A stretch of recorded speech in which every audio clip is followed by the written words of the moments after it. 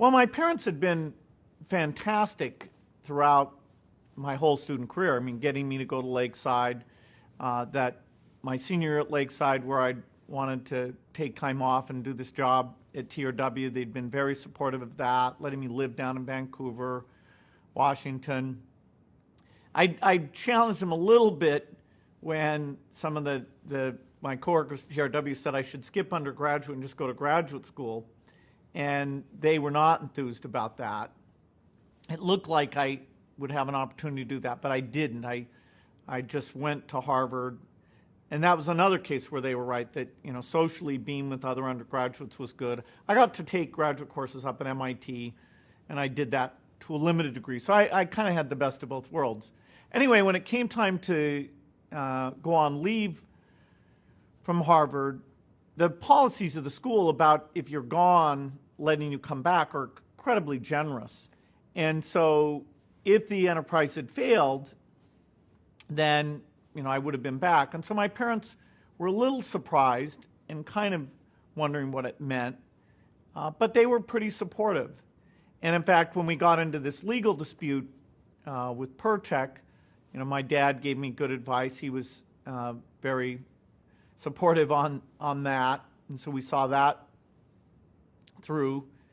And then as the company became successful, I hope they felt better about it.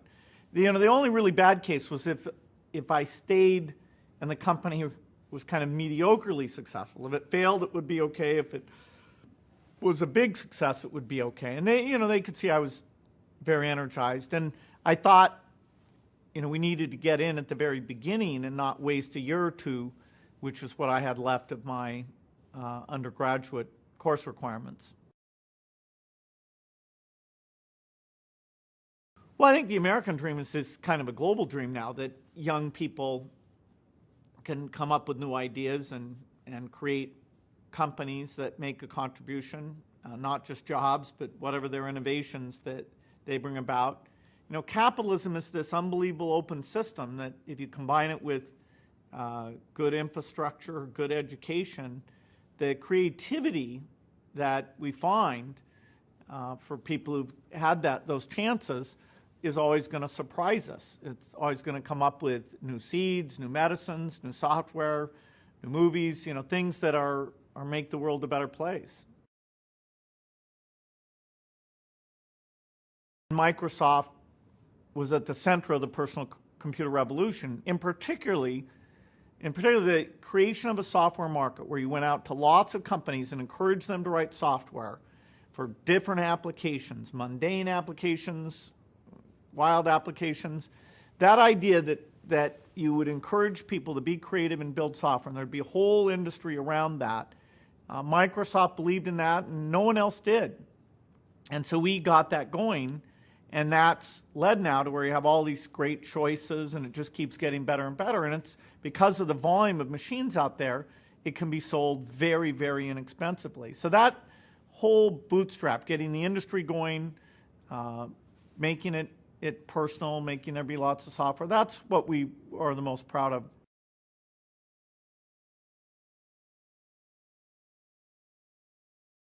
The foundation got started in the late 90s with my dad encouraging me, an executive named Patty Stone-Cipher who left Microsoft, were helping out. I was still very busy.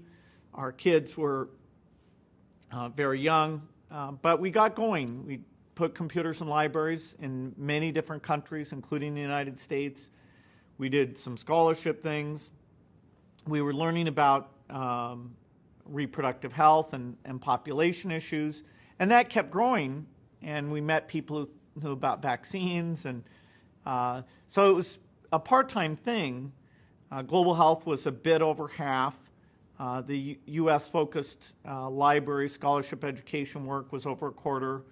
And there was a final piece that relates to other things to help the poorest other than just health things like finance and savings. And it grew. And then I saw that I could make a unique contribution there and created a transition plan that was 4 years in the making.